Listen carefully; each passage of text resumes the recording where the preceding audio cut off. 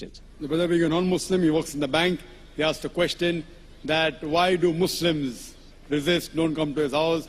Because he's earning money from interest. What does Islam have to say about interest?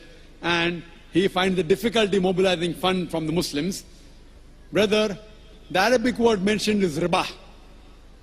Riba means interest as well as usury. Some people, they think that riba does not mean interest, but it includes interest as well as usury. Interest, according to the dictionary, means money earned on money lent. And usury means exorbitant interest. Both usury and interest, both are prohibited. And the Quran mentions the word riba in no less than 8 different places. In Surah Al-Imran, chapter number 3, verse number 130. In Surah Nisa, chapter number 4, verse number 161. It's mentioned in Surah Baqarah, chapter number 2, verse number 275 thrice. In Surah Baqarah, chapter number 2, verse number 276. As well as in Surah Baqarah, chapter number 2, verse number 278 and 279. I'll just translate the last verse. Surah Baqarah, chapter 2, verse number 278 and 279 says that if you give up not your demands of riba, of interest, then take notice of a war from Allah and His Rasul. So anyone who deals with interest, gives interest or takes interest, he is waging a war with Almighty God Allah and with the Messenger Prophet Muhammad Sallallahu Alaihi Wasallam. It is one of the major sins in Islam. One of the major sins. And one of these says, one of the lower level of interest is equivalent to doing zina, adultery with your mother.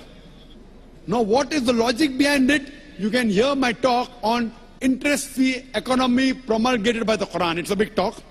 Logically for me to prove to you why interest is haram, it will take a few hours, which will not be possible now. But in short, the reason interest is prohibited because it makes a rich person more rich and a poor person more poor.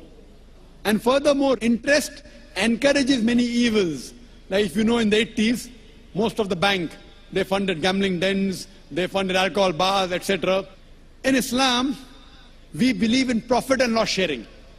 See, today, you being a banker, you know, the company which has the least debt is a better company.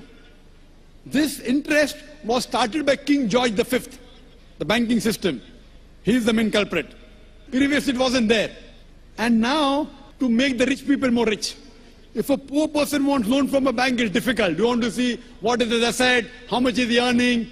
So it's more difficult for a poor man to get loan.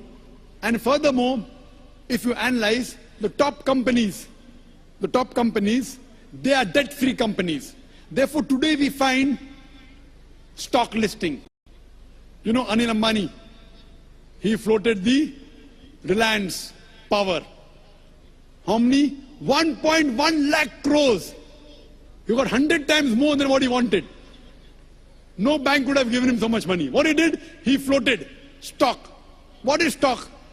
It is Islamic system, profit and loss sharing. Correct? In interest, it is haram because there are many negative factors. In Islam, we believe in profit and loss sharing. You know, you buy shares.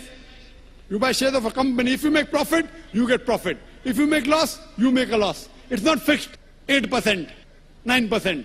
And the other person makes a lot of money. So what they do, they float shares.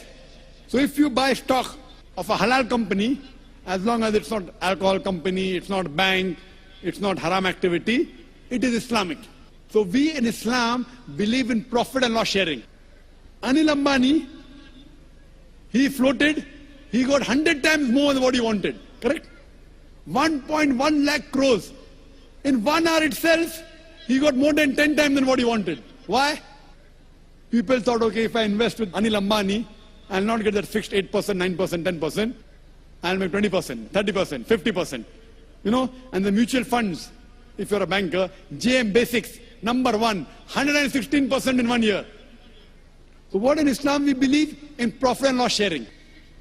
That's the reason riba, fixed interest, fixed amount on money earned on money lent is haram. For more details, refer to my video cassette, Interest-Free Economy Promulgated by the Quran. That's the reason if you change your bank from a conventional bank to Islamic bank, inshallah you'll have Muslim customers, inshallah.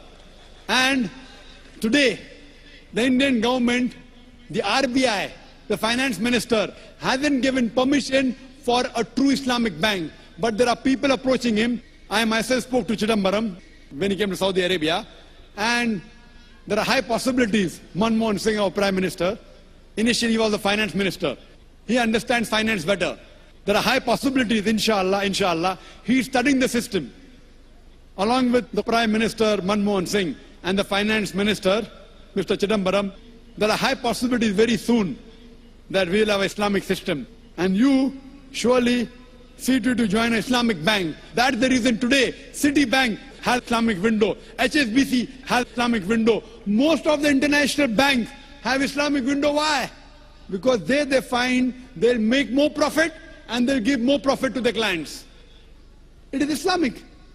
So if we follow the Sharia, the Quran and Sahih Hadith, you also earn and you let others also earn. Hope that answers the question, brother.